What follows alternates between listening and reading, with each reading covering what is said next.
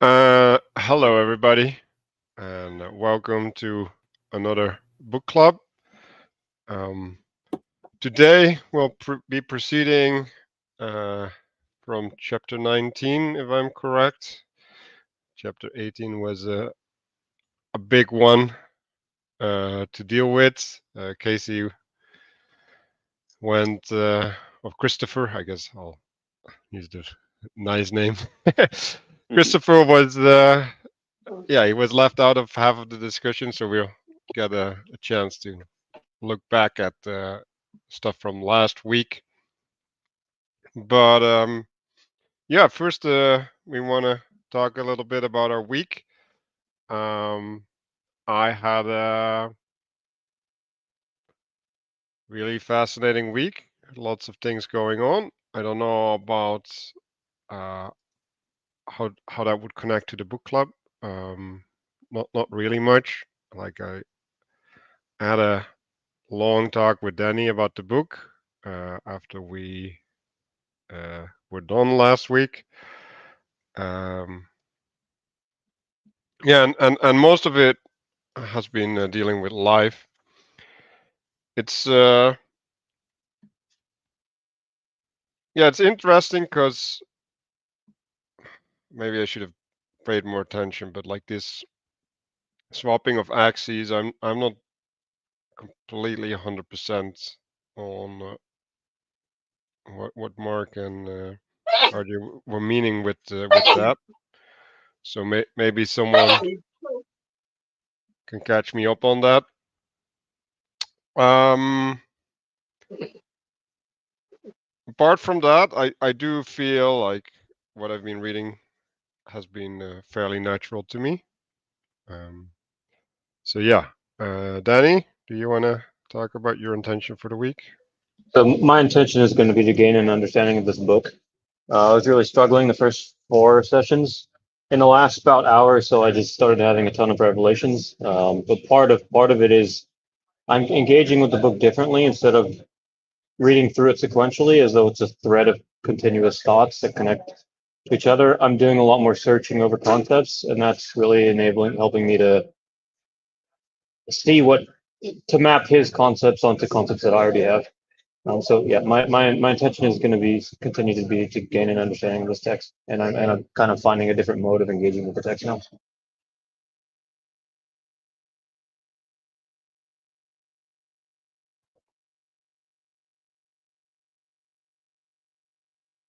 All right, I guess I'll go. Um, so my week's been pretty crazy. I didn't participate last week, but I did watch the video, at least most of it. And my well, I'm getting a better view of what my intention is with the whole book club and with the book overall, which is to I think the intention is to be more aware of the structure of the world in this traditional cosmology, which is like a bit different, and I'm trying to sort of reframe things and be more self-aware and sort of catch myself when I'm looking at things, being like, oh, this is the that, and I'm actually struggling with that. I'm not catching it. So there's that intention, but also just I think listening to other people really carefully, because I think that's what I should be doing. Yep.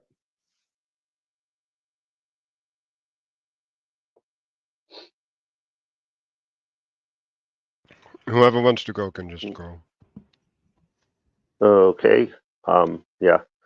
My intention is kind of just more of what I have been doing, except a little bit better. So just taking notes and seeing how I can apply this to life, except life and conversation.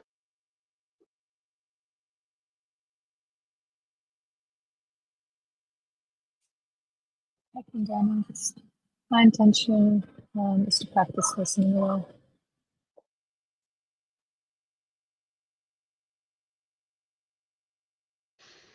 Mark?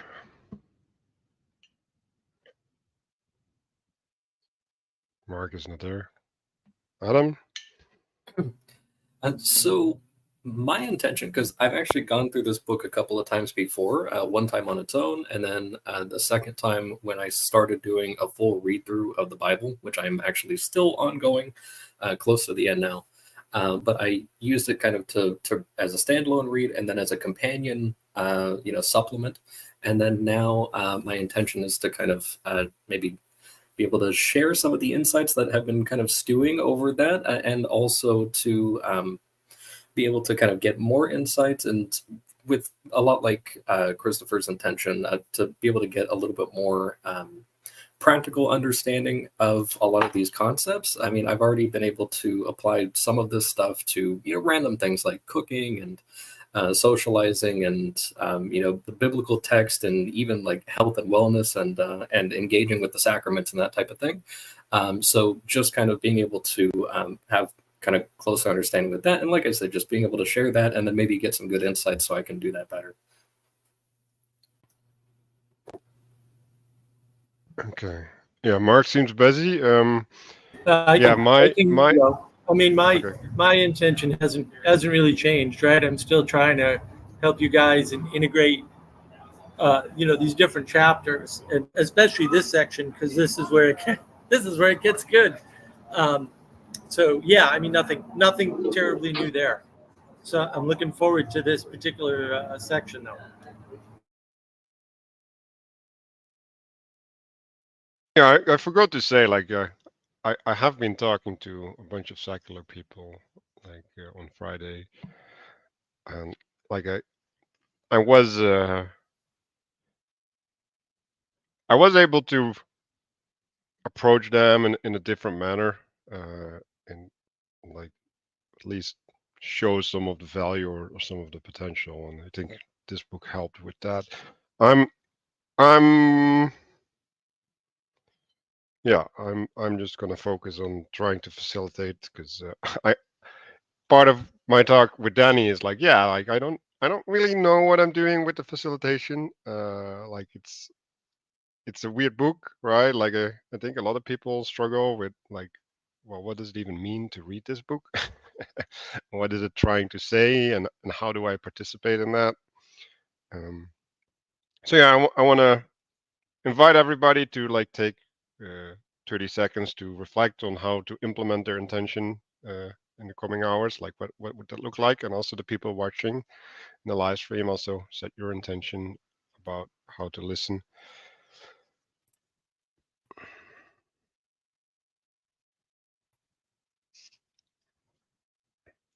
So first, I want to invite people to uh, reflect on what we went through last week. Like, did some issues come up that we still want to hash out before we go on?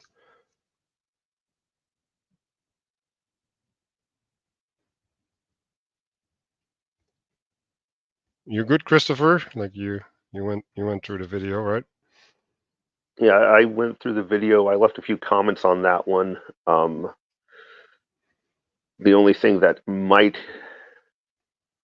be worth talking about maybe was, I was thinking about how the interaction with Abraham and the angels there that he went over, how the symbolism of preparing the meal, whatever, seemed maybe symbolically connected to the Eucharist. With,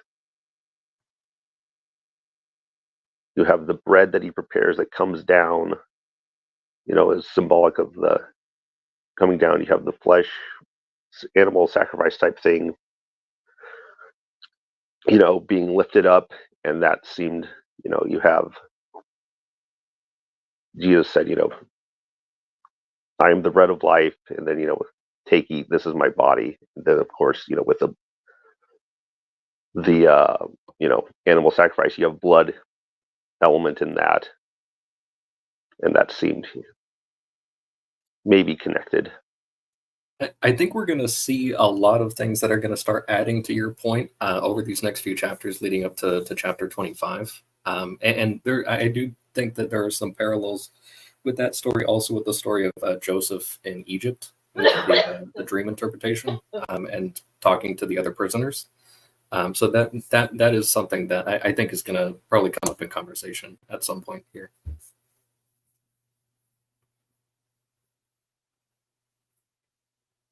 Yeah, so I don't have many notes on chapter 19. Like I did find this Canadian preemptiveness, not to offend people and forget about test tube babies. That's like, yeah. So yeah, does anybody have a lot of notes on this chapter?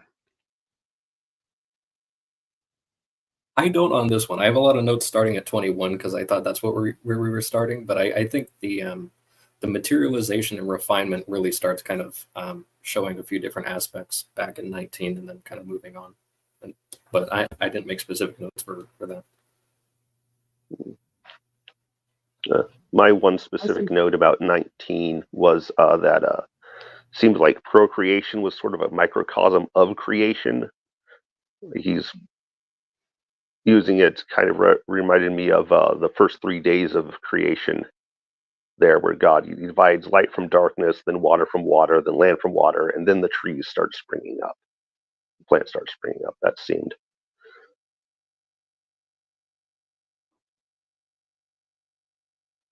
It seems. Oh, sorry. No, go ahead.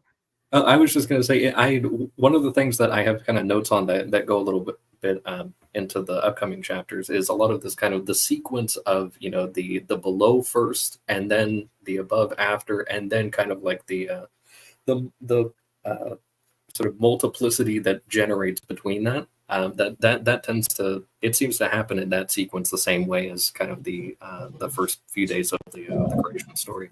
But a lot of these patterns kind of start with that sort of, you know, below, then above, and then, you know, in between, and kind of like expansion.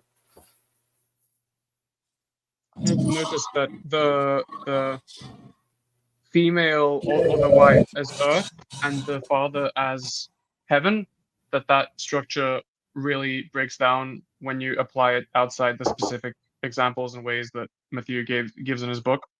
And that's something that I find, well, not confusing exactly, but it makes me really careful when thinking in that way, because there's lots of other stuff going on, I think. That's all I have to say about that. I think one of the things that clarified that idea for me, Gustavus, was he says that I think in chapter 1 or 2, he says, in fact, heaven and earth is the secondary cause of everything. So every element in creation has this dynamic in it. So I think really he's just trying to, in chapter 19, I think he's just trying to give the example that procreation, he's just providing the example of procreation. But I think decomposing those components of heaven and earth, yeah, I think it can be done more specifically, which we'll get into in the future. Yeah, so what I see him doing is he keeps going into these, well, I guess, qualities of relationship, right? So he goes into the seed and the flesh, and the male and the female, right? So he's going cycling through all of these relationships, basically saying it's the same, but it has like a different quality, so it's also different. And I think that's kind of what he wants to do, right? Like he wants to get you to have a sense of how these things participate in the same pattern, but also have like a somewhat different expression. And when you just cycle through all of these perspectives, you slowly start getting a feeling for it, right? And I think that feeling is really important for further on in the book. Yeah, the thing, there's a sentence, the second paragraph. In biblical cosmology, heaven and earth is a secondary cause of all manifestation. So I was searching the book around the word cause and manifestation, and I found that exercise to be useful.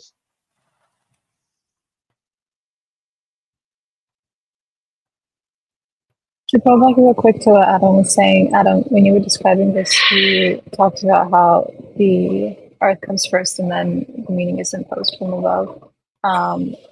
That word first, I don't mean to be too pedantic, but like, can you explain a little bit more what you meant by that, because I'm just having trouble. My understanding is that like knowledge and the way that he presents it is the union of the two. So I don't see how something could come first or second, if that makes sense.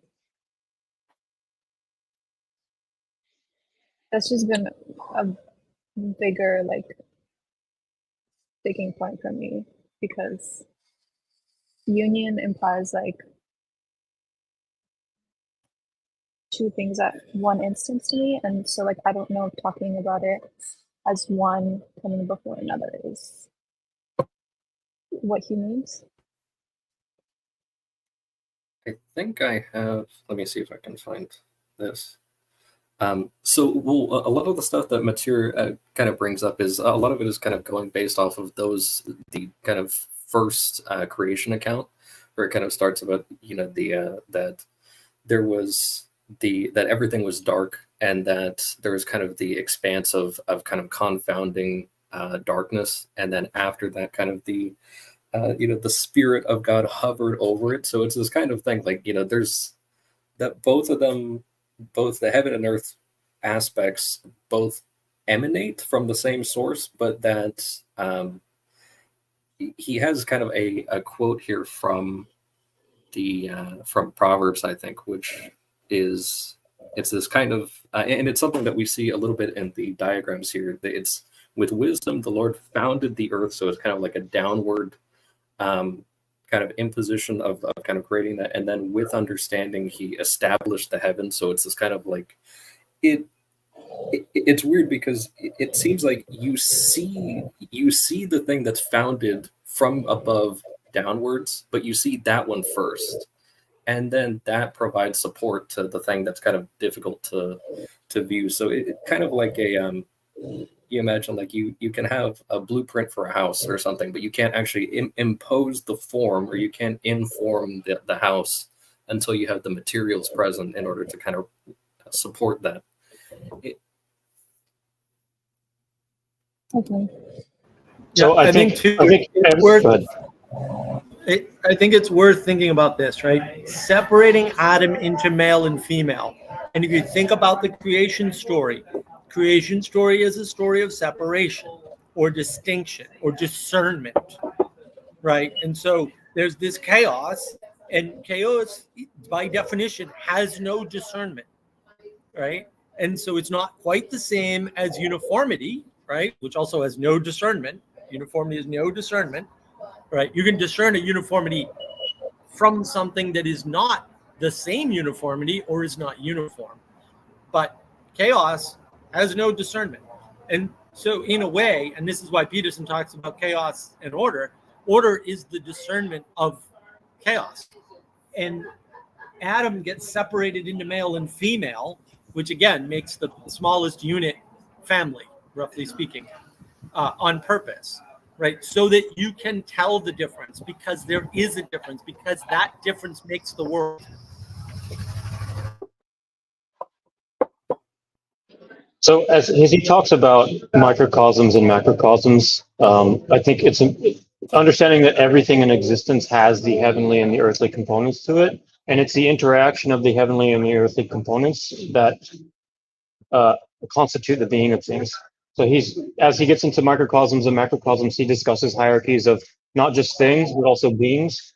And it's so the heavenly, or the spirit, or that which informs, or the reason, and the interaction between that and the concrete, and in the more concrete aspects. I think that theme is present in every layer that he introduces. Okay, so it doesn't make sense to think of one coming before the other, because either could not exist without the other. Is that sensible? Well, I would want to add a bunch of things, right? So we have this graph here, right? And so the spatialization is basically coming from above, right? And the generalization is coming from below, right? And like I talked to Danny and I said, like, I don't like this because like I have a bunch of issues, right? But what Pageau is doing is he's talking to materialists, right? And so he's presuming the material worldview, right? So I think in the way that he's laying things out, he's laying out, okay, like we just start with the material understanding first, and then we go from a different perspective and from a different perspective, right? So he's just circumambulating these ideas, right?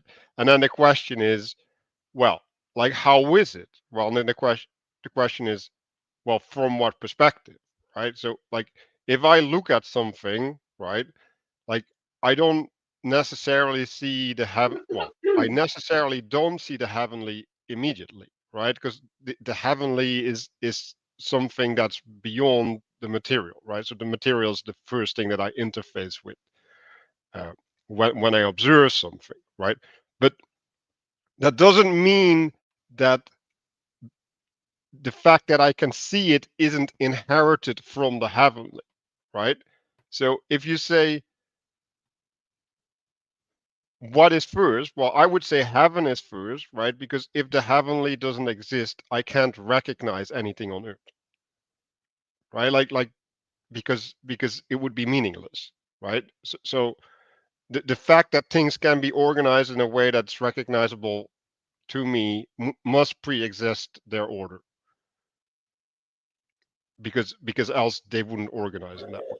But if you're taking the perspective from earth, right, and you have just a bunch of disorder, you don't know in which way it's going to order itself, right? Because that's fundamentally inaccessible to you unless you've witnessed it, or you've seen it in other instances. You've seen the pattern manifest. So that's why it's important to see these two, right? And then the symbolized aspect, right, is basically, this is like more in the sense of a process, right, where both things are feeding into something, and then it evolves, right? Like because it's not static, right? And that's more if you participate in something, right? Like if you participate in something, then the heavenly reveals itself, and then the earthly conforms to it, and then the heavenly reveals itself, and the earthly conforms to it, and like, I don't know if you want to separate those two, right? Because it's not linear, right? Like it's multiple things happening at the same time at different speeds and stuff, right? So you don't want to try to figure out how that works too much, but you have to realize that there's a process like that where you can participate in it. And like, I think you'd call that like a flow state in some sense, right? Like where you're in the zone of optimal development when you're experiencing that fully, or part, at least largely. So Yeah, the if I can just add, the symbol that you can't find the high identity for, that's what Pageau talks about as the cherub or the seraph. It's this thing that you kind of know has an identity, but it presents itself as a hybrid. So it's sort of like this this challenge, this question, where like you know it's there, but you can't quite place it. And getting through that is sort of this journey or challenge, something like that. I did want to highlight one thing that I think is super important to ponder. It's on in the book. It's on page 69. It's note number 4, right? And this is under the union of the male and the female drawing, and it says this cannot be easily reconciled with the scientific explanation of, quote, how things work, end quote, at the molecular level. In this case, males and females contribute the same amount of information, DNA, while only females express it with matter. And here's the key. Hence, the male role is greatly diminished in a materialistic worldview. And that may be relevant to everything we're seeing nowadays, right? So I just wanted to highlight that because I thought it was important.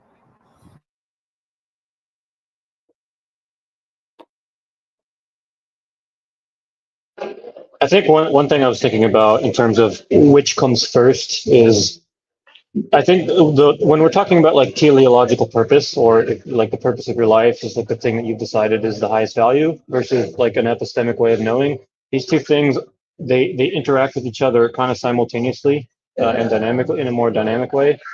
There's a theme in the Bible, for example, in Ephesians 1. It's probably one of the most common themes. Is like there's false teachers emerging from the church, and Jesus says, how do we make sure that we can expose them? It's through doctrine, but it's important that to be right in the right way.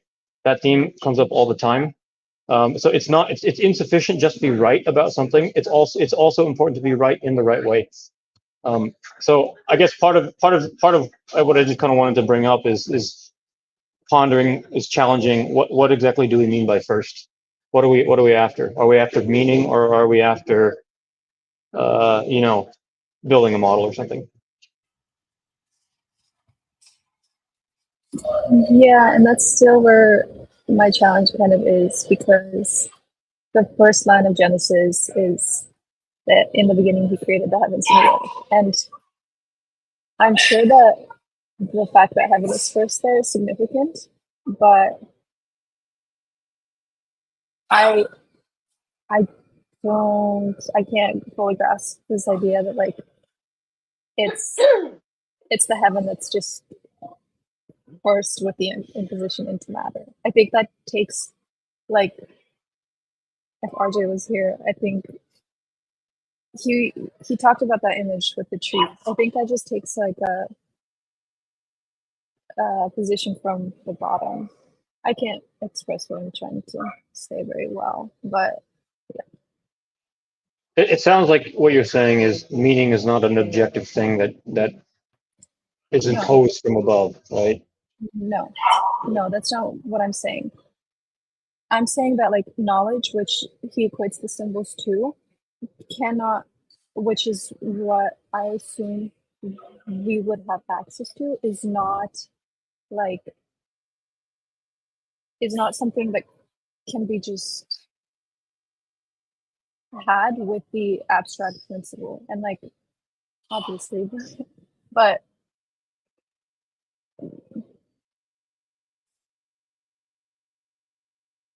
yeah, I think that like the bottom is just as important to stop, and saying that the heaven comes first is, I'm still having a little bit of challenge with that, because my understanding of the symbol is that it's the union of the two. So I don't know what saying the heaven comes first means.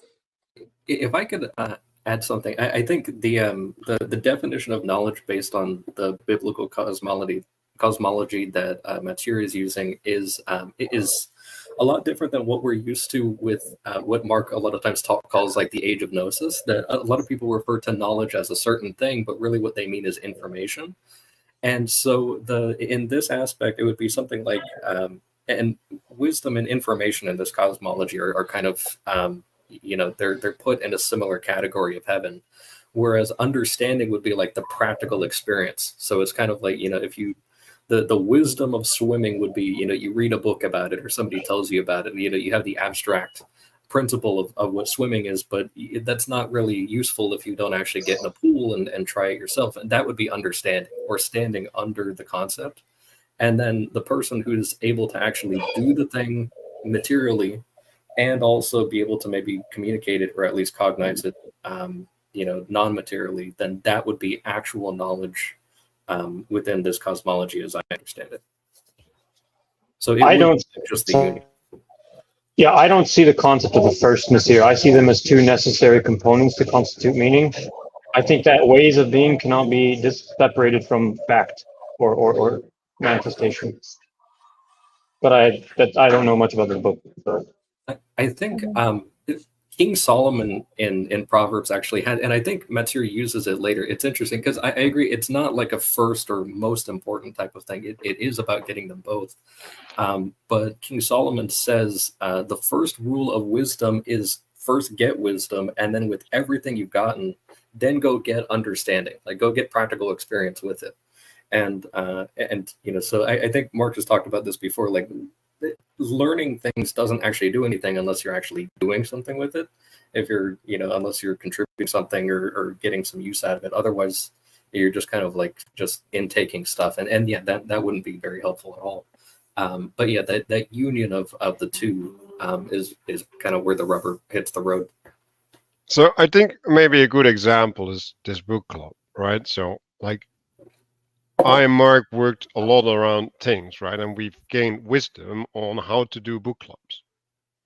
And so I organize and all of that, the book club in a certain way, right? And then that gets expressed, right? So it flows from the tone that gets set at the start. And then because like I say something, someone else says something, right? Like now the understanding manifests, right? And then we get to know, right, by being in relationship, right? Like having set the intention, right? Like all of these things, they allow us to contextualize or give meaning to the thing that is manifest. And I think Gustav made a point, right? Like where it's important to realize what you're doing, right? Because in some sense, primacy doesn't make sense, right? In other ways, it does make sense. And so like the way I you can see evolution, for example, right? Is like, well, is the space that evolution is carving out pre-existing that it's being carved out, right? Like I would say yes, it has to. Like it has to pre-exist because else it couldn't be discovered, right?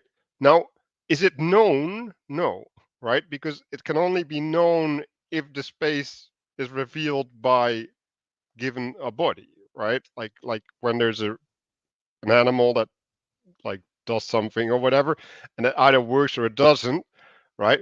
So only at that point we can see it, right? Like it becomes relatable to us, like it crystallizes or is given flesh.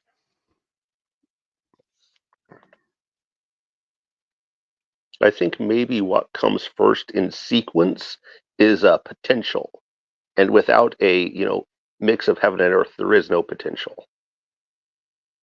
But the potential is heaven. That's the point. Okay.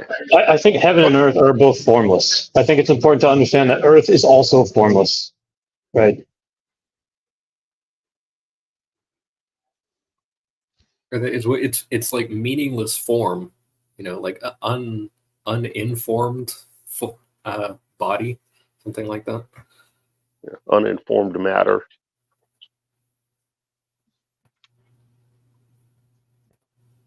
So yeah, one thing that I stood out is in the note 3 on page 68. It says the seed develops and the food is being stored, right? So it gets different qualities, right? Like so there's I think the chapter before it also said, right, like and that the bread was not eaten, right?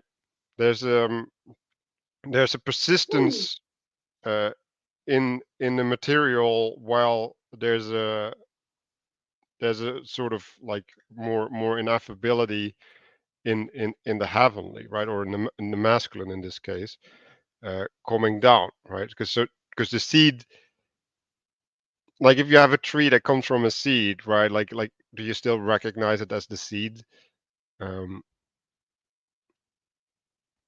Like it is the seed in some way, but that's not the way that you see it, right?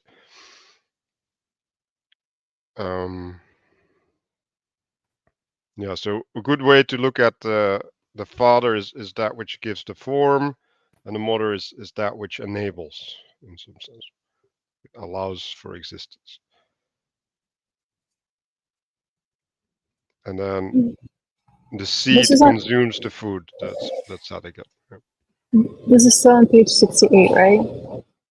Mm-hmm.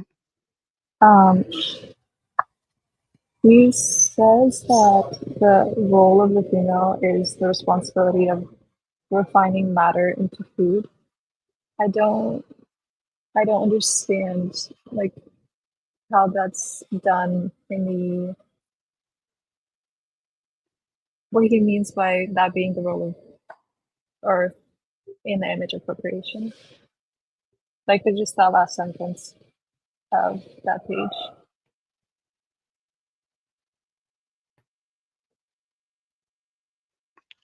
In creation, like are you In the image of procreation.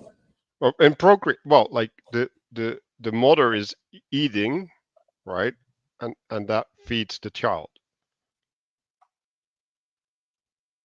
when it's in her belly Yes. and when it's on her breasts. Okay.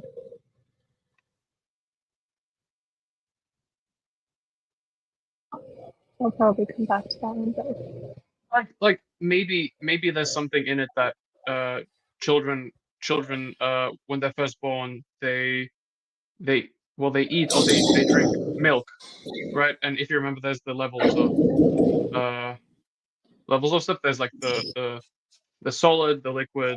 Maybe there's something in that.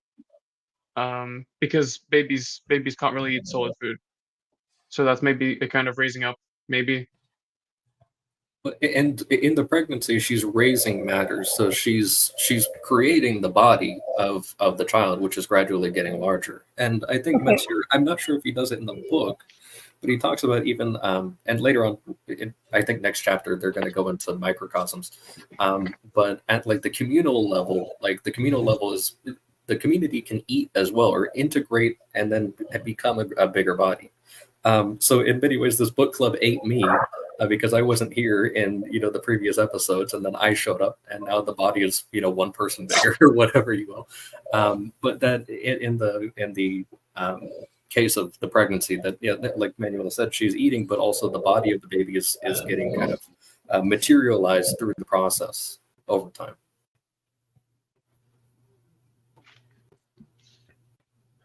So I want to go into this for a second, right? Because we've been going around synchronicity for years with Lynn, and I think a good way, if we take the seed analogy, right?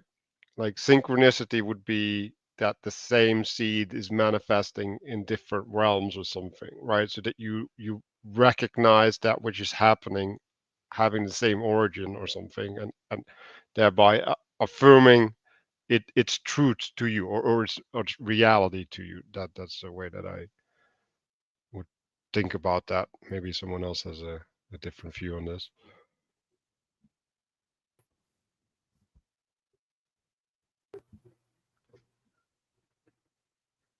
Okay. So, Manuel, I just want to chime in on synchronicity a bit. I think when in the book he's talking about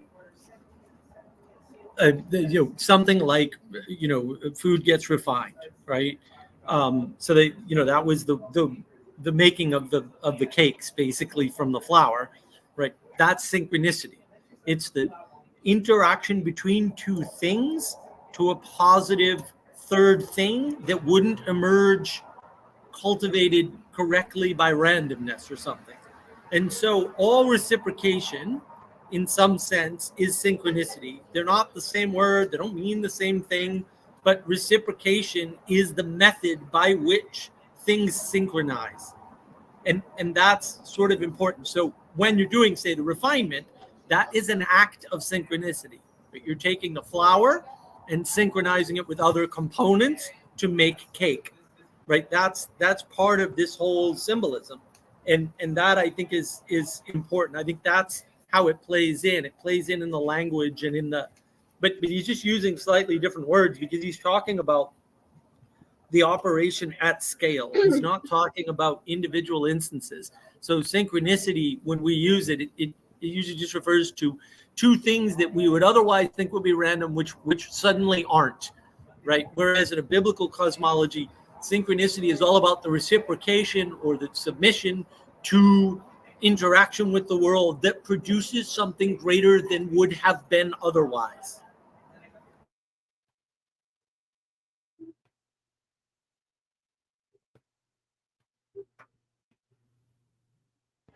So yeah, if we're done with chapter 19, I want to continue to chapter 20, and now my first note there is now we're getting into messy categories, right? So basically, if you say that the tree equals the seed, right, like now you have two identities that share an identity, and it's important because the the qualities of the seed are not comparable to the qualities of the tree, right? Like their functionality is completely different, right? Because the telos of a seed is to become a tree, and the telos of a tree is to make seeds effectively, and to get sunlight and nutrients and all that stuff, right? And so it's important to realize that stuff like that is going to happen when we are doing these these framings in microcosms. So there's a persistence of identity at some level, but there's also a breaking of identity. And so we start with this with Adam, right? And Adam then simultaneously refers to the individual and humanity at large, right? Which is like in some sense it's silly, right? Because like if it's pointing at humanity, it's obviously has a different meaning than when it's pointing at the individual, right? But there's still something that is applicable to both, and that's maybe the invitation, right? Like to get to see, okay, like what is the thing that both of these identities share, so that I can see them as the same, and then what does it require of me to see them as the same, right? Like for me, at least when I'm talking about seed and tree, it's like my brain is like not the same. Like no, like not the same. I just keeps on doing it, and like I can't stop it. But if I try, I can still see the sameness. So if we go to the first graph there, like I'm just gonna say that I found the word multiplication a really weird word to use there, right? Like I would say it's an expansion, right, or growth, but like multiplication doesn't really make sense to me. Did anybody want to talk about this graph? Well, I could make a couple of quick notes. Well, one about some of the terminology that Matthieu uses. I do think like some of them could probably be swapped out for slightly better ones. Like as you said, growth instead of multiplication, or instead of opposites, you could say polarity, or that type of thing. But as far as the kind of the scaling of the the singular person and then down to the community and kind of at larger levels, I think a good example of this in the Old Testament is Israel. That you have Israel the guy, and then you have Israel the tribe, and then you have Israel the nation, and that it kind of can scale up or down depending on the population size. So like Israel gets kind of decimated at certain points throughout history, and then kind of re-expands. And so you can kind of see that there is a unifying identity between all of them, and also kind of the fatherhood of Israel the guy, formerly known as Jacob. But I think that's an example that was useful for me when I was trying to understand this. I think also it's important to understand what multiplication is, because we tend to think of multiplication as a linear sort of a progression, but actually it's not. So past a certain point, when you multiply the individual, right? In other words, you have a bunch of individuals, you get a new fractal layer of reality called community. And the community is not made up of merely spirit and matter. It's made up of individuals, which are also made up of spirit and matter. But then a new spirit emerges, and that spirit corresponds to the group or the community at that point. And the new matter becomes the community, even though that's not, quote, a material thing. But that's why it's a very technical term in some way, multiplication. And I think he's using it in a mathematical way to express the idea that the fractal complexity sort of emerges and then forms a new layer. Yeah, so like a little bit down, he's establishing language, head and body, right? So that's like a universal thing, right? Like you can call it a hierarchy, right? But like I think in this context, it's more important to say the head and the body, right? Because there's one thing from which things originate, and then the body is upon which that which originates works. Um,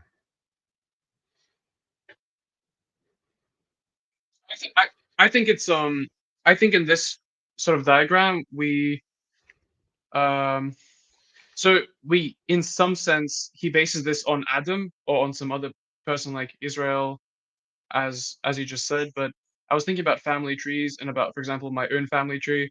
And if you ever tried to draw one or to research one, um it's very patriarchal because you actually it only ends up being a tree if you start from a point of view where one of your ancestors was really important, and then the other ones just you sort of ignore them in a way. So this is the structure of family tree, but you have like, what is it, uh eight great grandparents, or like eight great grandfathers, and it ends up being a network if you try to be equitable about them all. But in reality, there aren't records on many of your great or great great grandfathers because they just weren't that important, for example. So it does end up manifesting in reality that way anyway. And then there's also this uncomfortableness about seeing yourself maybe as a manifestation of your ancestors. Maybe there's something like that in there. I like, for us personally, in the age we're living in. Well, but also those trees collapse. Everybody forgets that, right? Because it ends up that you're intertwined with your cousins. So once you get 3 layers up, all of a sudden that person, the people within your family have crisscrossing great grandparents. And so the tree doesn't hold, it doesn't expand out like a tree anymore. Parts of it collapse, right? And that's, says something about the scale at which things can hold. And you see that everywhere. You see it in computer networks, you can see it in people networks, you see it in nations and everything else. And there's also the idea, or that one of the Pageau brothers talked about. I think it was Jonathan, about how incest is like a new beginning, sort of. It's a thing of a new beginning. So there's also that closeness, um, like a monad that kind of generates from outside itself.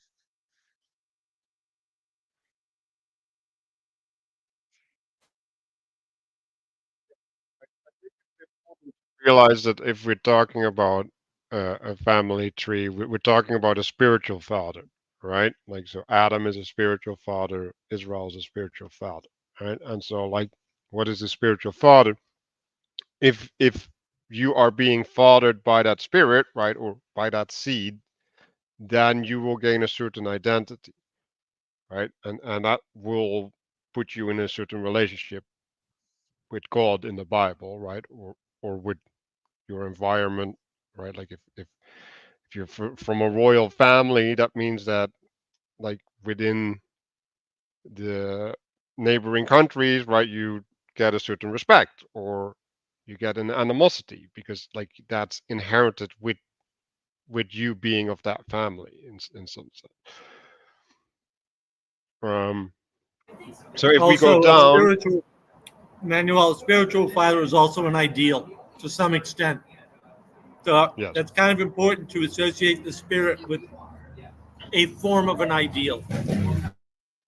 yeah, or a standard you try to live up to. Like I was watching Asian series, and at a certain point they're like, well, we have a family law, and I'm like, wait, what? Like you had like like it was a family of a general, right? But they had an actual law about how things in the family should organize, right? Like that's something that you literally inherit, right? Like that's an institution. Like the family is an institution. It's not only something that's blood related. So if we go to this graph, right, like he's making 4 categories in which you can look at things. I think if we want to think about God, right, like that's the cosmic scale, and the cosmic scale is where the identities of all these lower scales come from. And I think it's important to realize, right? So if we go back to this hierarchy of community, right? Like this hierarchy also exists within the fractality, right? And there's something on top of that fractality that gives the identity to all the lower layers of the fractal. And so when we're talking about heaven or wisdom, right? Like wisdom is the principal thing, right? Like it's the first thing. And from there, all the lower expressions of wisdom flow, right? So there's like this pure thing that's manifest on the cosmic scale, and in some sense we can't directly relate or understand that, but by seeing it on all the other scales, we can get an intimation of what it looks like, right? And then the other scales are the individual, the communal, and the intercommunal. And you can also see, if you look at the Bible, there's a progression, right? So first they start talking about individuals, right? And then they start talking about groups, and then they start talking about the people. And these patterns that get played out, they get played out differently on these different layers. And also when we were doing the book club on the Republic from Plato, right? Like he went into the same thing. He said, well, we can't look at the level of the individual for finding out what justice means, so we need to scale up to the level of the city. And if we're a city, if we're not like a crappy city, we also have relations to other cities, right? And like that requires a bunch of things. And from there, you can start building, you can start understanding, well, who am I supposed to be if all these other things need to be met?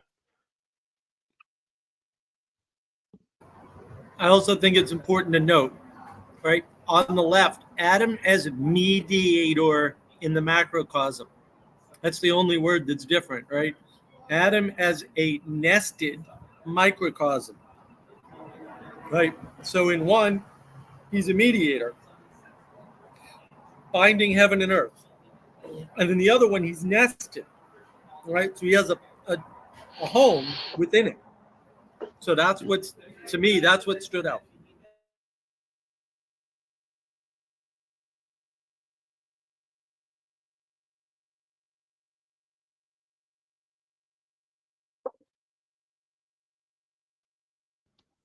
Yeah, and I think these nestedness are maybe best understood as understandings, right, of the cosmic scale.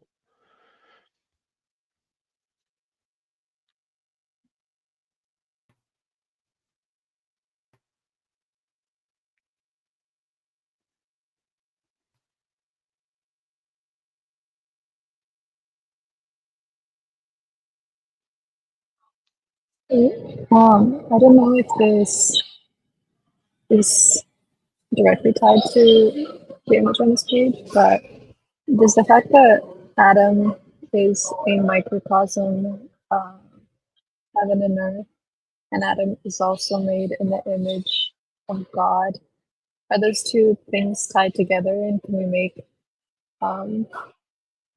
okay, so what does that mean for somebody else, just so I don't put my ideas out there? It's on the. I think it's actually in the next diagram. Let me see.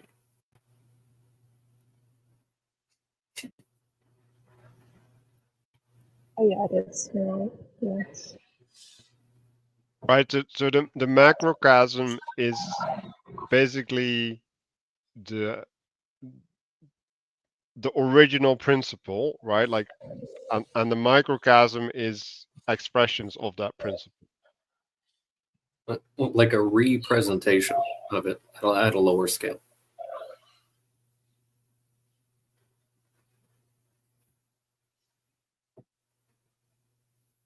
Yeah, I would say it's like a distillation or something. Like it's not a completeness of the higher thing. Like the higher thing contains more because it's higher, right? So if we go back to the thing, right? Like the thing on top contains this side and this side, and like atom is as a microcosm is only on one side, so it only contains this part. And like maybe we never get to see this part, right? But we also have to assume that these there's this higher thing that shows us the lower thing. It's kind of like like having a bunch of mirrors kind of pointed up towards the sky. Like you look at any particular one within its frame, and you get an image of the sky on the mirror, looking at it, reflecting what's above it. But it's only bound to its capacity, in its form. And another way to think about it is like I live my life, right? And then someone writes my biography, right? And like my biography is me, or at least my story in some way, but like it's only an image of it. Like it can't be my actual story, because like there's only one way to get the actual story, and that is to be me and live my life.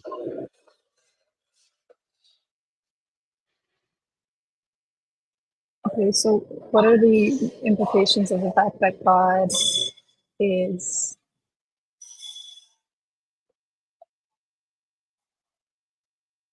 never mind. But in this symbol, God isn't the union of heaven and earth. That's not what that's implying, right?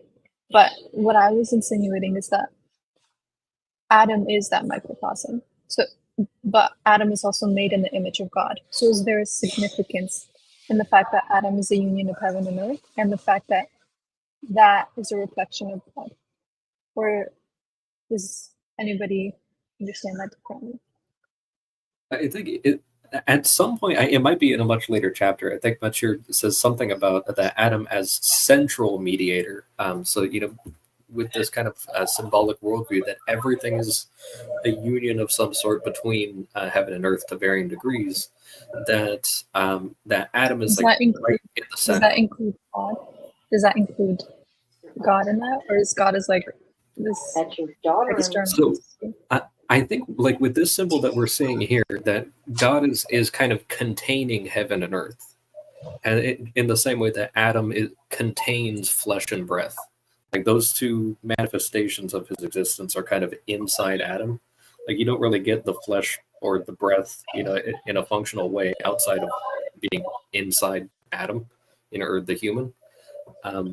I think that's kind of what he's sort of reflecting there. But it's especially with the way that there's kind of like the little circle in the center there, that I think he's trying to kind of express like it really is like Adam is smack dab in the middle, between all the other things. Whereas, the way that Manuel kind of pointed out, you might only get the one side. Like say if you had a bird or something like that, that's still a union between heaven and earth, but it's a little off center compared to the human.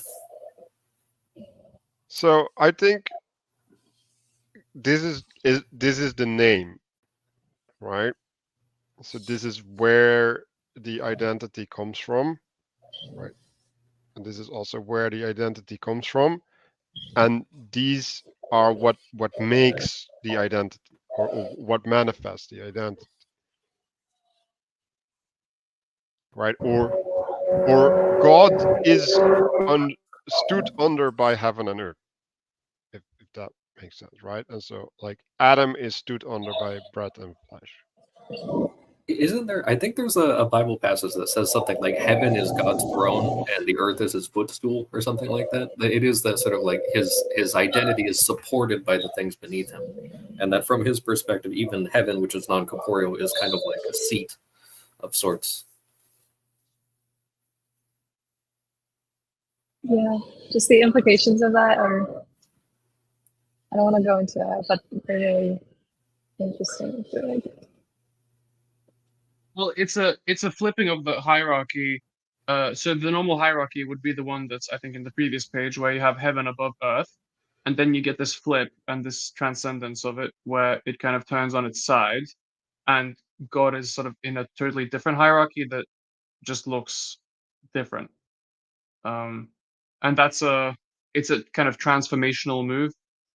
It's the kind of subsuming of these things that you just can't normally imagine by following the pattern. So if you just keep on thinking that there's like earth, heaven, which is again there's like the principles above principles, but then God just totally flips it and looks at it from a different angle.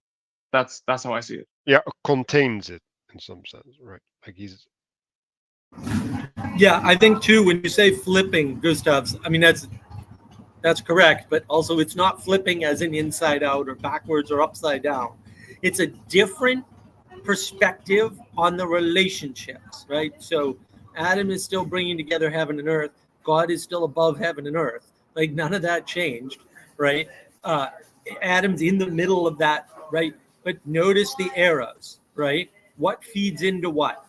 Earth and heaven both feed into Adam, right? Even though one's above and one's below, right? It's a different perspective, right? And God is still feeding into Adam, right? So everybody's still feeding into the center here, right? And it's the same thing with Adam. How's Adam created? Well, Adam is the union of flesh and breath, right? And so that's actually really important. It's just a different perspective on the same set of relationships. But none of the previous relationships, and this doesn't countermand anything up until this point in the book. It's all talking about the same thing, but from different perspectives.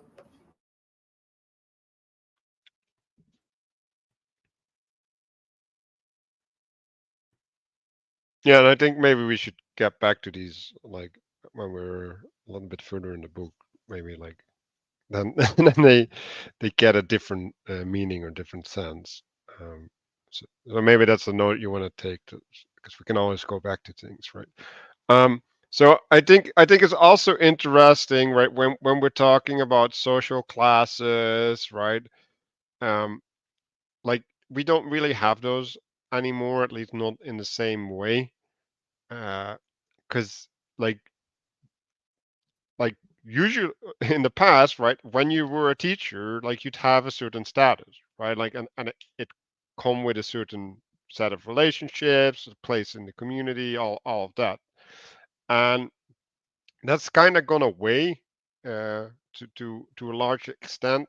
But it's important to realize that when you talk about classes, that's something that's enforced, right, and can be relied upon, right? So like uh, Peterson says that society is like what allows you to have a contract with the future, um, and so when you get a status, right, or a class, right, like then that's something you can build upon, right?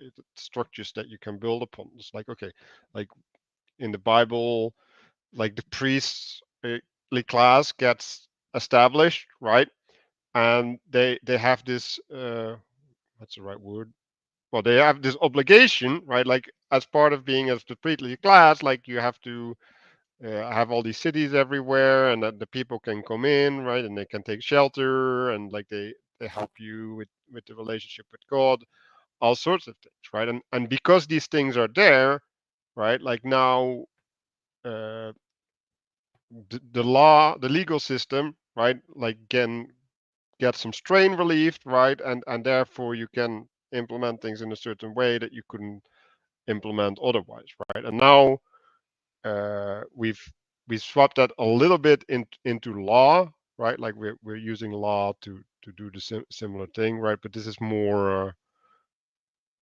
yeah, like grown into the identity of the person than law, right? Like it's more virtue based than law. Yeah, I just want to comment real quickly. I mean, the fact that we don't talk about classes, but they're absolutely still there in exactly the same way, is probably what causes all the Marxism nonsense, right? Because people get a very strong sense that there are classes, because there are, and they feel it, and then the only person talking about it is apparently Karl Marx, and then that's why people need to understand there are classes and you're born into them. I mean, this is also Plato's point in book 7, right? You're born into a class, and too bad, you're not getting out of it ever. So it's important to just realize that these are real phenomenological experiences that people have, irrespective of what people say or how people talk or whether or not we discuss it. Yeah, your class is in some sense how you relate to the hierarchy that you're in. And how that hierarchy relates to you. But that's absolutely correct. And so if we go back to these levels, right? So you have a communal level, and then the intercommunal level is reliant upon these classes, right? Because if these identities are not fixed and relate to each other in organized manners, right? You get chaos on this level, which is what we're having, by the way, right? So, like authority is broken down, all that stuff. And I think the idea of class is useful to think that the specifics of how class works is also specific to a society which sort of originates from a certain point, or like an origin.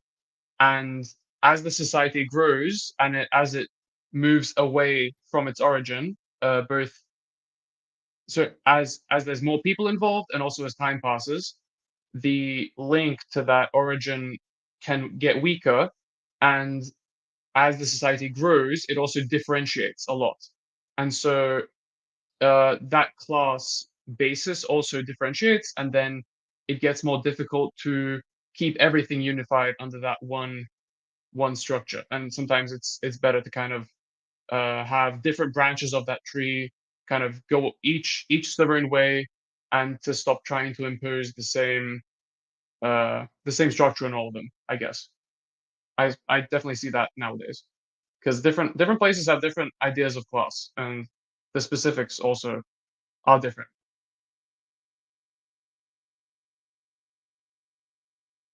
Right, and so this is more of these prerequisites, right? Like in order to engage as a community, right? And have relations on intercommunal level, like you still have to have a common language, right? Like you have to have a common relationship, because if you don't share these things, then you can pretend or role play to get along or whatever, but you'll just grow apart, right? And then there will be friction, and eventually there will be war, because like you can't maintain the tension. Maybe you also don't want to mix the classes. So you don't want the classes to have the same language and the same vocabulary and the same jargon. Because if you mix it too much, people just get confused. They don't know their relationship. And that's domicide. Like a lot of the domicides being caused by elevating people into positions they can't handle, right?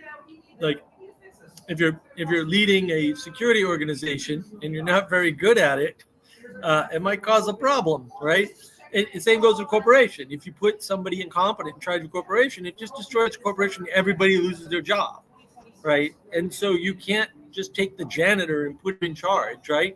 Now the janitor might be able to earn his way up a corporation. That's what makes corporations special, right? But you can't just arbitrarily mix these things. And another reason you can't mix them arbitrarily is because you got to have something to look up to. And if the posh accent and the posh clothing is not your clothing, that's good because it gives you something to strive for. But if you have access to the same posh language and posh clothing, but you're not wealthy, then you can't embody that lifestyle anyway. But also, you have nothing to strive for anymore. So it's very important that the quote sharing is not a mixing, right? Because sharing can be an elevation of something, right, or a condescension of something, and there's nothing wrong with that. But you still have to know your place in the relationship.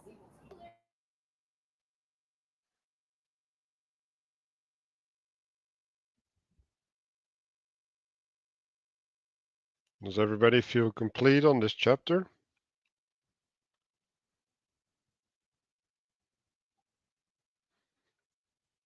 So the next chapter is what RJ was thinking was really important.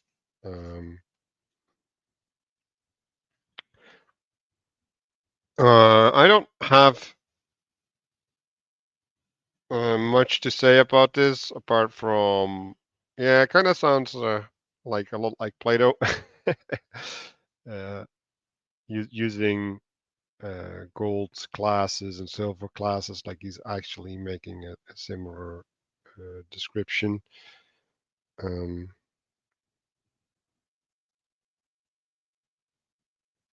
Yeah, does someone want to say anything about this?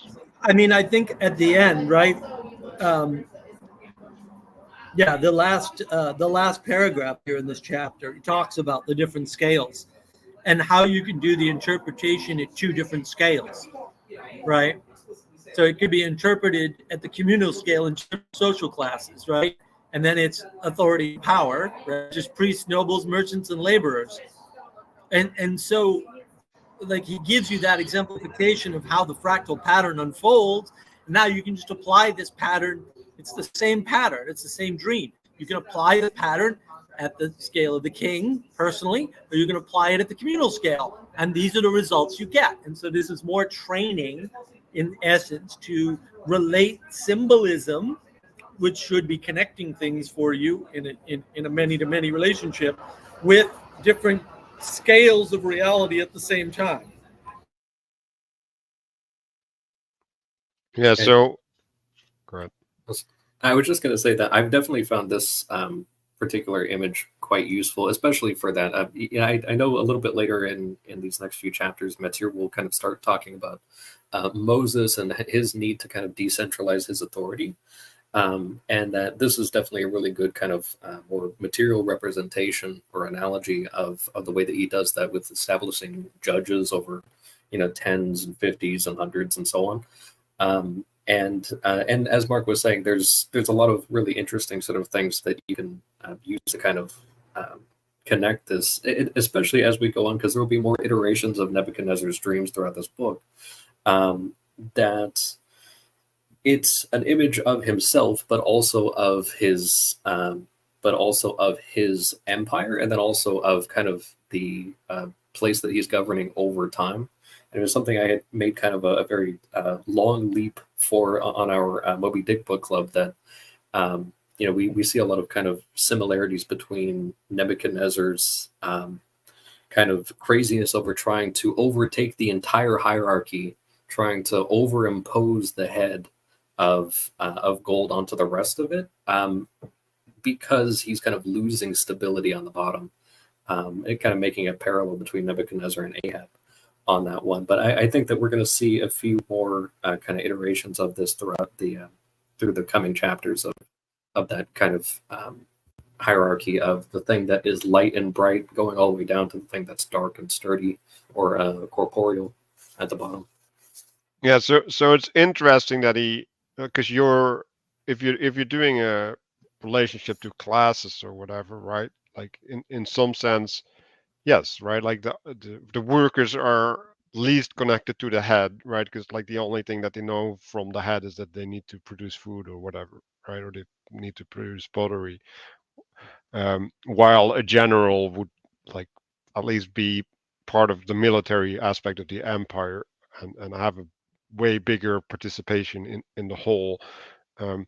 But what he's also saying, it's across time, right? So you have an empire that starts, right? And Plato also goes into this, right? So you have the people who initiate things, right, and they invent everything effectively because like they are the first, right? Like they have to put everything in its place. They have to make the systems that work, right? And then you get the second generation, right, who's inheriting a working system and they can optimize it, right? And so that's the silver, right? And and in the optimization, right, like I'm going back to this idea of the seed and the tree, right? Like so you have the seed and then it sprouts, right? And like now it's optimizing for growth, right? And like at a certain point it changes from growth to being sturdy and producing fruits and stuff like that, right? And and all of these layers, they have a different quality, or maybe something different that they worship, or that they express. Maybe that's, well, maybe that's the same thing actually. um and this, so there's this idea, right, where, because he's comparing it to iron, right? And like iron is the strength, the ability to manifest, right? but but in the ability to express strength, you've gone so far from your seed, right? From what birthed you, that at a certain point just like starts to disintegrate in non-coherence. Like it loses meaning. It loses its relationship to that which gives its identity. And so that's the thing that happens across time as well as within a hierarchy. And I think the time component is very Yeah, important. I wanna point out actually there's some confusion here. ZZZZ there said, I think the more basic naturally occurring classes, children, teenager, and adults, etc. Those aren't classes, right? That's a progression, and time is one axis of progression. Another axis of progression is distance, and those are unrelated to classes. And I think this is actually why classes are really important, right? Because you can't everybody goes from child to teenager to adult, but not everybody goes from low class to high class. Like that doesn't happen. And in Plato's world, it can't happen, like explicitly. That's, I know everybody tells you the cave says otherwise. Plato's cave says you can't leave. You're trapped doing what you're doing, whether you're tied to the wall of the cave looking at the pictures, or you're the person projecting the pictures, or you're somebody managing the people projecting the pictures, or you're outside entirely, right? Those are all implied in the parable of the cave, or the allegory of the cave. But the idea that time and distance are different axes from classes is important, because as you get further away in distance, or maybe in time, most people won't ever, right? You're just struck with regression, right? But if you get further away in distance, you get up the hierarchy, you go from slave to king, for example, in biblical terms, then your class has changed, which means the relationships that you have with the world have to change, right? And the king can't be bothered. It won't have enough time, right? Ironically, won't have enough time to go among the people and learn of all the people, right? The king can't do that, because there's things that have to be tended to at his class, at his station, his stature, at the top, at the head. And he has to delegate these other items down below. And yeah, the further you get in delegation, the poorer things can get. Not, they don't have to, but they can in some ways, right? And the more likely that is to happen, for sure, because you're, quote, further away. Also not optional, right? And that's why the class system is not optional, and it's independent of time, and it's independent of progression, and it's independent of distance. And that's the thing that allows it to be that way, is classes. When the classes are paying attention to the things they're best at paying attention to. This is also in Plato's Republic, right? When they do that, the society functions as well as it can. Not as well as anybody likes. I get that. But we don't live in a perfect world. So, and we're not perfect people. So we're going to deal with that.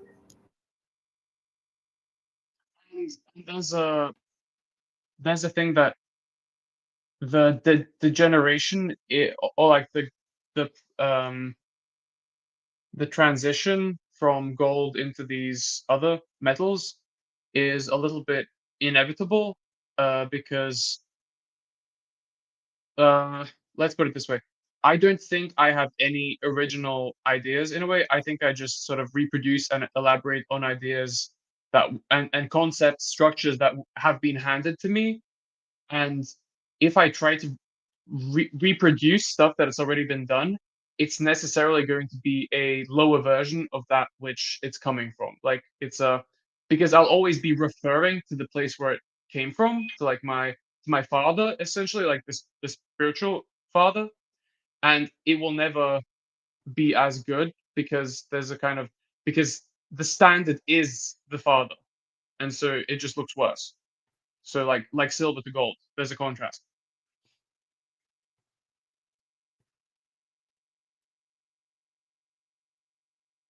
Yeah, I got a request to put on this Heaven, Earth, and Union thing by RJ. I'm not completely understanding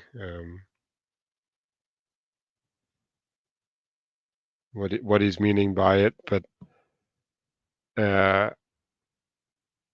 I guess when we're talking about classes, right?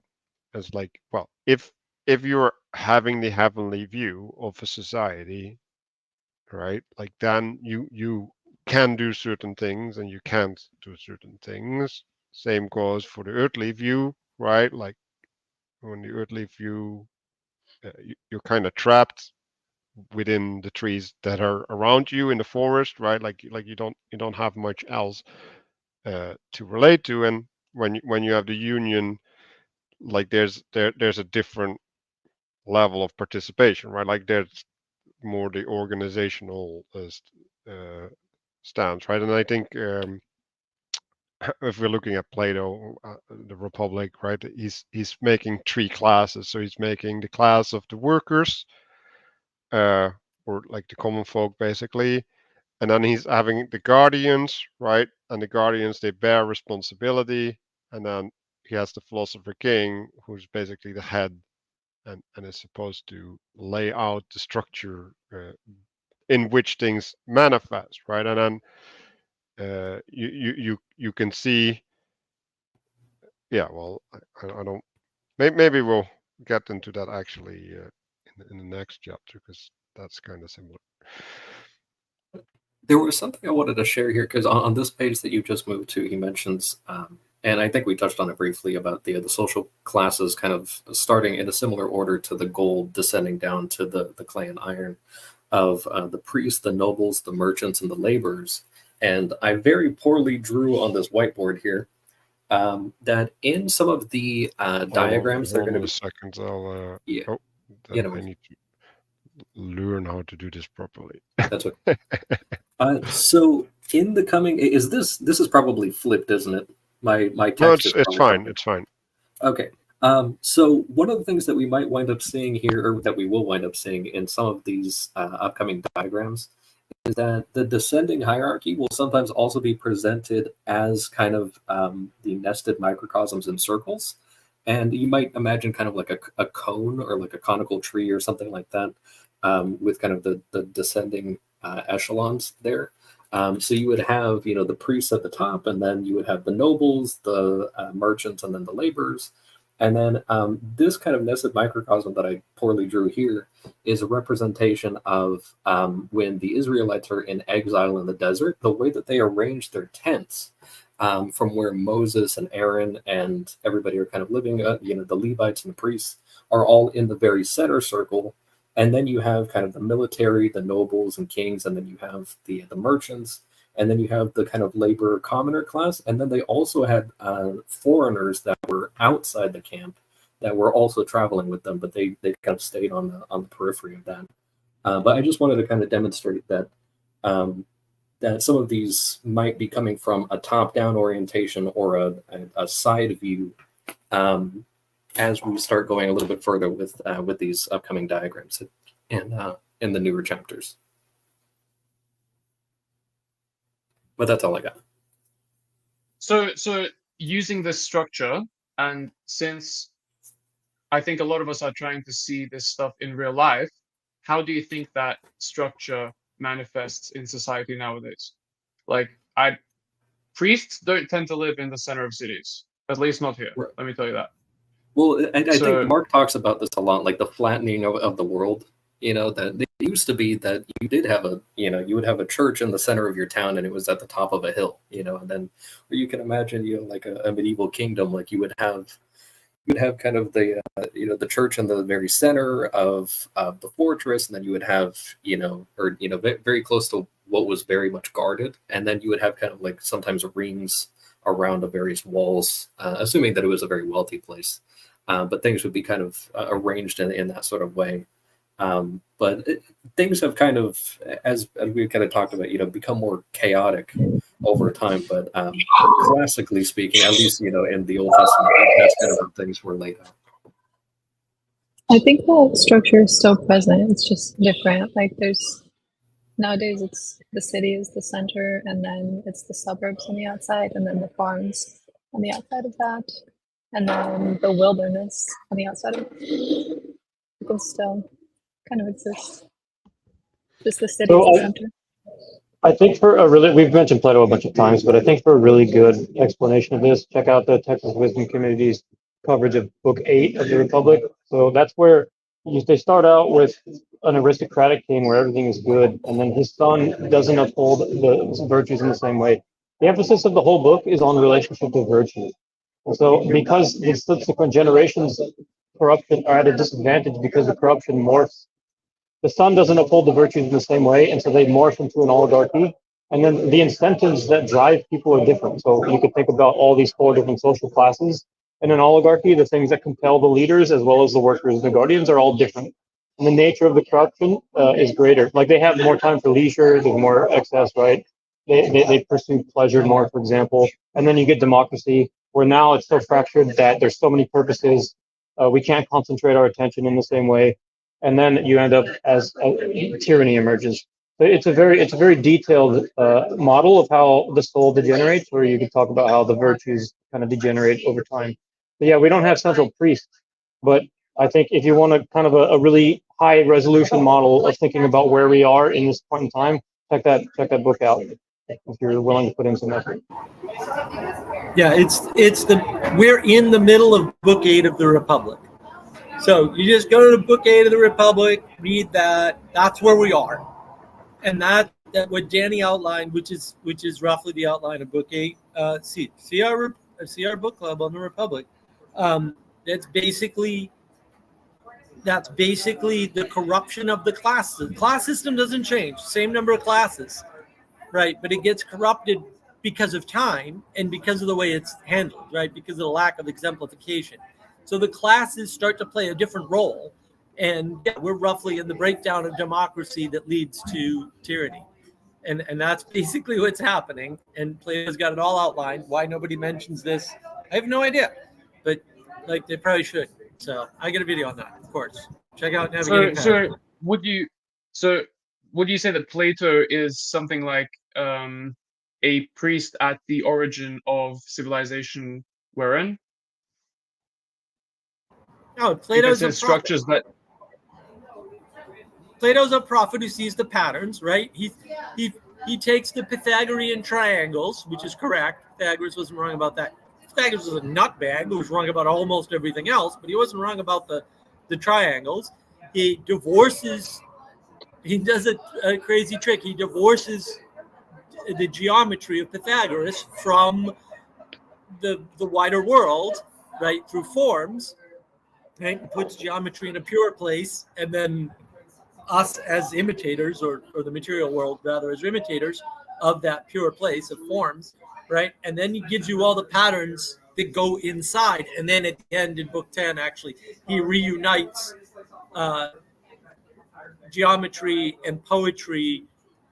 Maybe geometry's Book 9, I forget.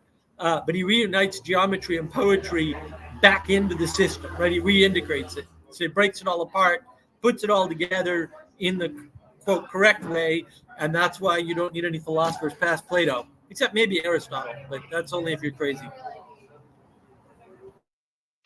So I want to go to another example, right? So I think these concentric spheres it's easy to see them in physicality, like in the city or whatever, right? And you can see it in the first, second, and third world in some sense as well. But if you look at a church, for example, right, like you have the head of the church, right, and then you have the administration, like the people that make sure that the things can happen in the church, and then you have the people that make the things happen in the church. You have the people that come to service or participate in the events, and then you have people that randomly stray in at some point. And so, like, these organizations, you can say the same thing in the classroom, right? Like you have the teacher, and then you have the students that actually ask questions, and then you have the students that like participate, and then you have the students that like just hang out, right? Like there's all of these circles, and they don't necessarily have a physical manifestation that's recognizable, right? Like it doesn't have to be laid out, but you can see the spiritual layout, and you can work into that, right? Like because you can build a dynamic in relationship to these existing spheres. And that's also when Peterson says, right, like when you walk into a place, it tells you where to stand or whatever, or how to participate, right? Like, but this is you walk into a spiritual space, and the spiritual space also tells you how to participate in it, or the means that are available to you. Maybe that's a better way to say it. But I forgot to mention this earlier. I just wanted to thank Castle for his little drawing there on the whiteboard, because actually I found that very helpful. But seeing Oh, the good. same thing sort of laid out 2 different ways is super helpful. We should probably strive to do that more in the future. I'm not at home, so I wouldn't be able to do it anyway. But thanks for that, Castle. That was very I got helpful. this for a reason. I appreciate it. Yeah, no, good idea. I should get one. This is good.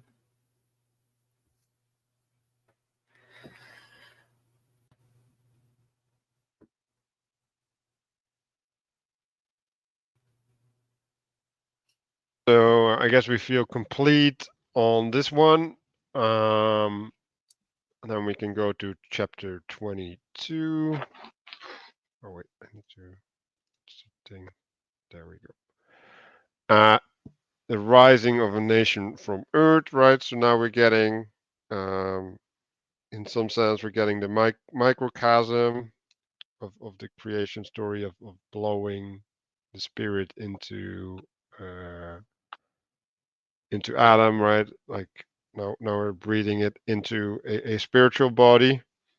I think the spiritual bodies, right? Like just like I said earlier about this recognition of the thing, right? Like that's where the value of the sounds making is, at least the way that I see it in society, right? Like I see that we have a severe lack of understanding of what a spiritual body is, and how to participate with it, and how to create these things properly. And so I think that if we get a better sense of what these things are, and the ways that we can relate to them, we'll just end up having a better world. And I think that also should be practiced within the church. And like I don't know how many churches actually intentionally focus on that aspect.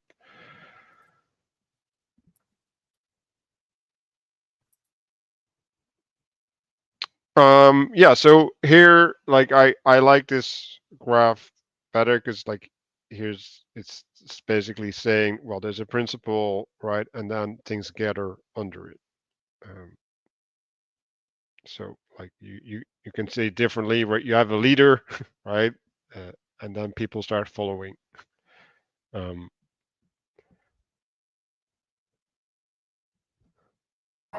Yeah, I think the most important part about that document is sort of twofold, right? One is without enough parts, you don't have a unity. And the other one is without the right relationships, right? Not arbitrary relationships. That's emergence is good. That's not correct. Without right relationship, you don't have a head and a body and something that you can cultivate. And also, you don't have a completeness, right? That's why the question mark's at the bottom. Even when you have the head and the body, you still need the incompleteness. That's where potential exists. That's where miracle is, right? That's how that manifests. So that to me is the interesting part of this diagram.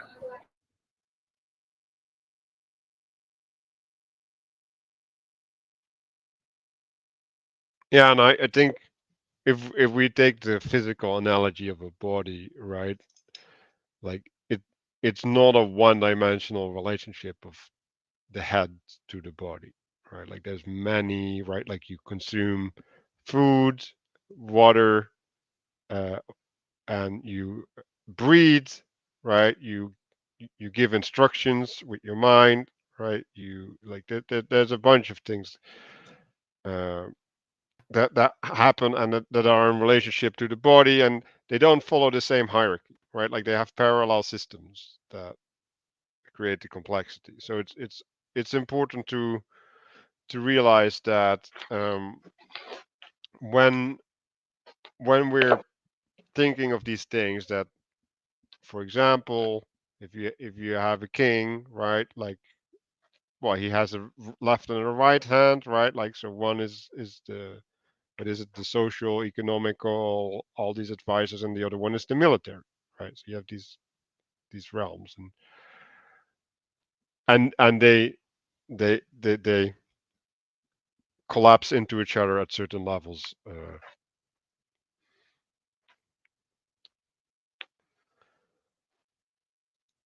I wanted to make a point about what we were talking about earlier. We kind of discussed a little bit, just kind of the role that that the female usually has during pregnancy, of the kind of raising matter and everything. I think this, especially as a sort of microcosm of the creation of Adam, this set of three diagrams, I think, is a good representation of what I was thinking.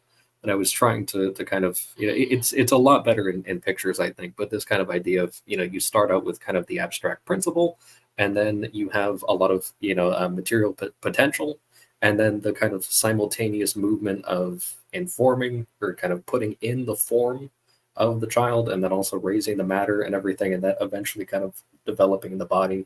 Like, I see this as kind of a nice little analogical for kind of the process of the gestation, I think, just within the context of what we were talking about earlier. Of course, it can be used in a lot of things.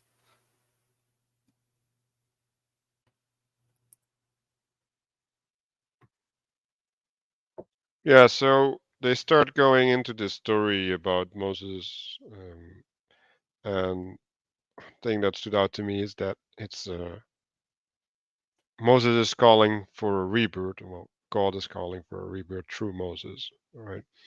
And Moses is the means, the emanation, that is granting this new identity, right? Like he's forming the head. And so then we go here, and then so you have the divine identity coming down, and then Moses is basically asking for justification, and God says, "Yeah, screw you. This is just how things work, basically." Right? Like there's no justification. What is the justification? Um, then we get another graph here. So maybe someone has something to say.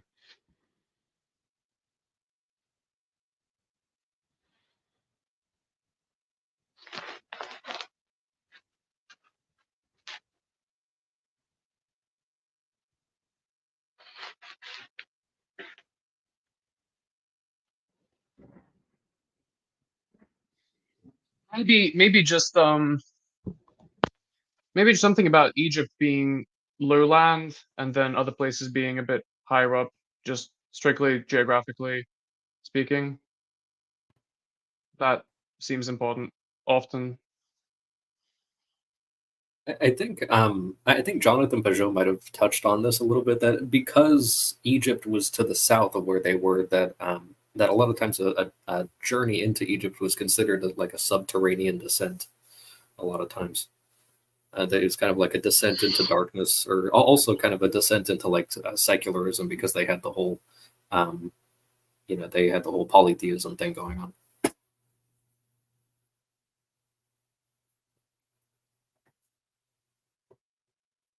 Yeah, I think there's multiple things that you can look at, and right, like there's the descent into also history, right? Like they're like a super ancient civilization, right? And uh, in this sense, right? It's always also been like a breadbasket in some sense, right? So uh, in this sense, it's hasn't bred food, but it literally has bred the population of Israel, right? Like Israel was weak, right? It came for shelter.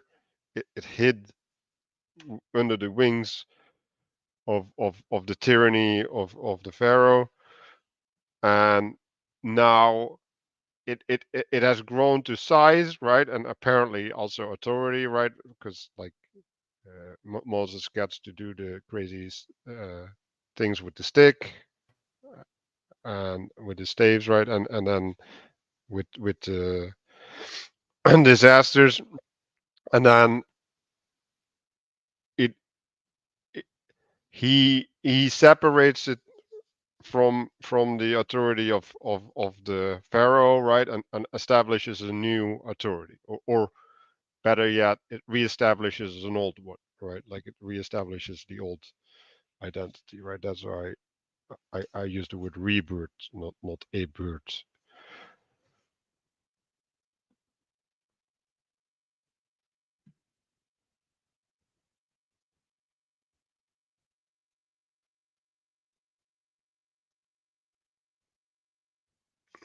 So then I have a ton of notes on the story.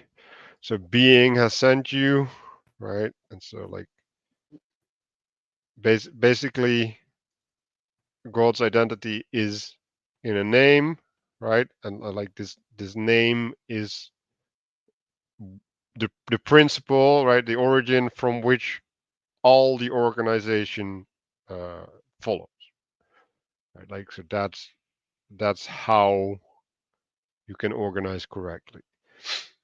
Um, and then the idea that you've established an authority, right, which is being, now allows you to respond, right? Like now uh, a dialogue or a exploration, right? An unveiling can happen, right? Because if you don't establish this, right, if you don't attend to God, then how are you going to see, right? Like how are you going to create, right? Like the only way to do that is to play the game, right? Like to be committed, to be devoted. Interrupt me if you want. Then here you have a call, a climbing up, right? Like they're going to the promised land. They're climbing from the underworld uh, to to a higher place, right? The wilderness of Sinai, right? Like and the mountain, right? Like so they're coming at the place where heaven comes down. Um, and then we're engaging in a process of making holy, salvation, um, and then it's also inviting a fractal nature, right? Like um,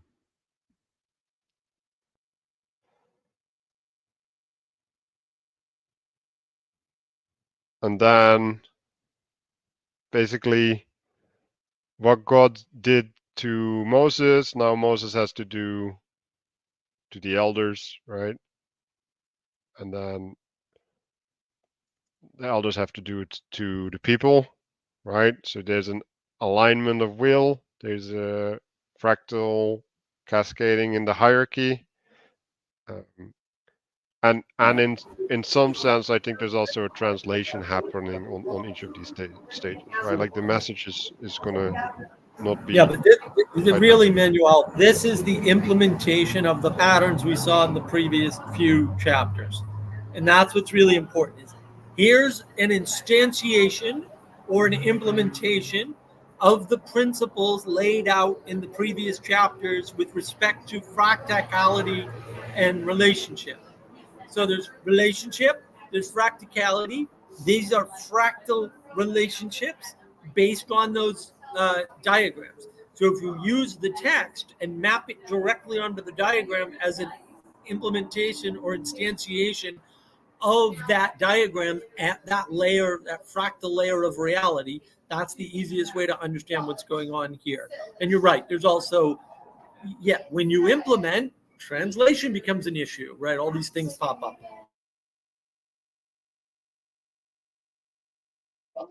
The thing that came to mind when you mentioned establishing authority allows you to respond is knowing your role in conversation. But we were previously in previous sessions we were discussing category chaos and failing to agree on basic concepts. And in subsequent conversations, like in the one that we didn't record, we talked about the question of asking yourself, what is the point of the conversation that you're in? Right. So I think being able to at least see that authority is always a part of a conversation and understanding the purpose of conversation can help you to discern, maybe you might only be going to places where you're appropriately respected, for example, etc. But, I think it's an important piece of a frame. Authority is kind of an inevitable part of any frame and therefore interaction.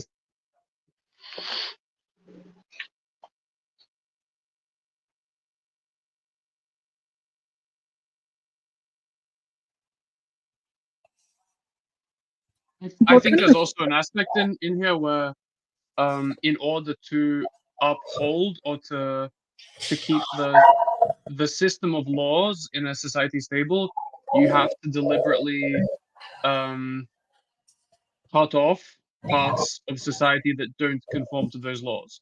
So, like, if somebody breaks the law, that's them not adhering to the spiritual principle that governs that society, and so you just have to kill that part of it, so it doesn't break.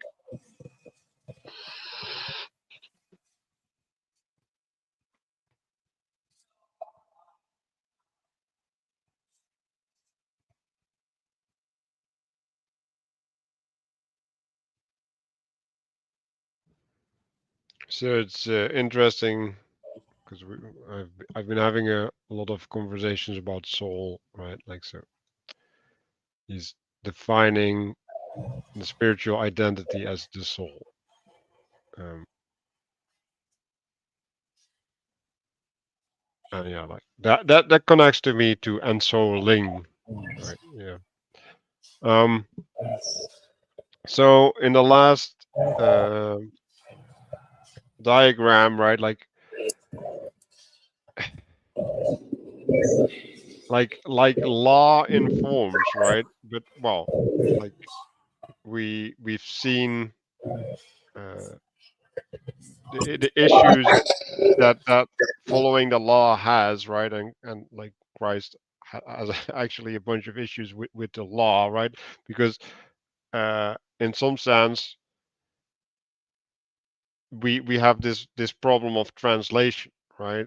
And if you inform through the law, right, you get a flattening happening. It gets yeah, in some sense it gets transformed also because it needs to be in some sense specialized into the specific situation, right? But also just because like not everybody can hold what the hat can hold, right? Because they have a different function, right? So I don't really like the word law right? I would use the word instruction, right? But yeah, you also have my word is law, right? So like that's basically these things are really close together. And on the other side of the graph, I wrote down the word adherence, right? So if you say, well, like the body has a spirit, right, which is in some sense um, upholding the law through basically being in harmony or something, right? Like it's and then that body gains integrity through adherence, right? Through being in the right place and fulfilling the right role. And I think also it's helpful to look at law as the ideal state, not necessarily the state that you can implement, right, or embody.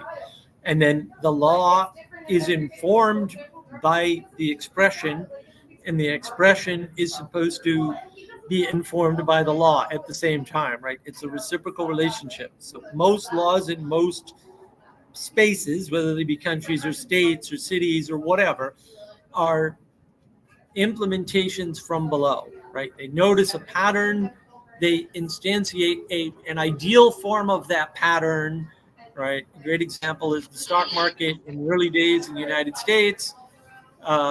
Before people really caught on, a lot of people were printing their own stock certificates, as in people that didn't work for or have investments in the company.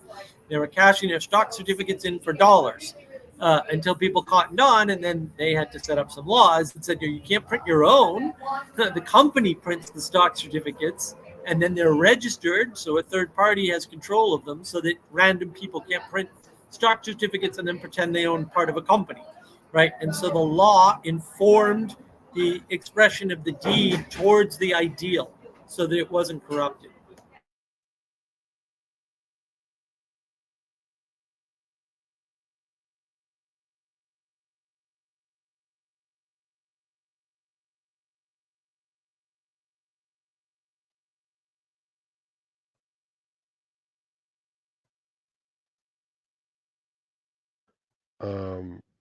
Yeah, I think we should be slowly closing down. We've been dragging these things out for long, and we can keep talking a little bit tangentially afterwards. But I think it's nice to keep them the clubs on 2 hours. Uh, so yes, is there some something that people still have in the back of their minds that they want to bring up? I guess the first kind of thing that came to mind to me when in terms of the law informing is there's lots of states that have tons of absurd laws on the book that no one knows about, and therefore it's not. When he says inform, I don't think he's meaning exerts influence, although it is the case that laws can exert influence. If you look to like chapter 17, when he uses the word inform, I think he just means lowering of meaning. So a law is obviously can't encapsulate the same level of resolution of information that the spirit can. So I just wanted to kind of point that out. Well, I think it's easier to see if we use laws of nature, right? Because a law of nature is basically an absolute constraint upon whatever it's working upon. And if we're talking about spiritual laws, right, they're not absolute constraints because they need to be adhered to, right? And so it's not an imposition in the same way, and therefore they're a lot fuzzier, right? And then also, well, like even in nature, right? Like there's not one thing working upon you, right? So they're in conflict, right? And like when you when you are a member of a community, right? And like your child needs something of you and your king needs something of you, like now you're in a conflict, right? And you're gonna have to balance those resources in a way that you don't disintegrate the body, but you also don't not fulfill your obligation to your child. We use law in three ways, right? There's law of man, law of nature, and law of God. And we're confused about that for sure. And that's where in the problem with informing is forming, and there's conforming and informing, and people get confused with that too, right? Like that you have to understand those as relationships, and they're not things that are imposed upon you necessarily, although you might say natural law is imposed upon you, but they're different relationships to the concept of law.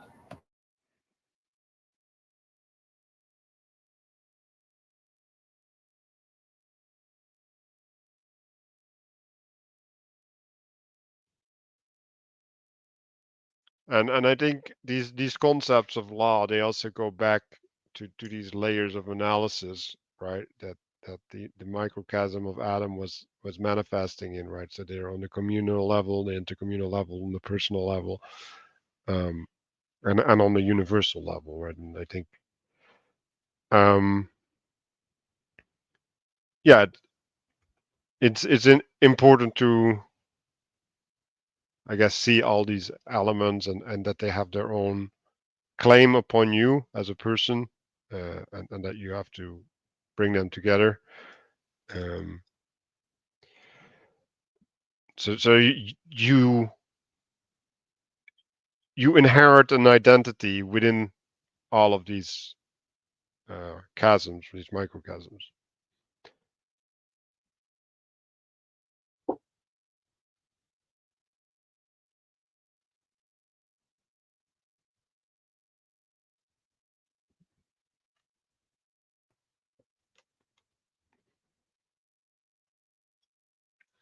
Does anybody have any closing things that they want to talk about?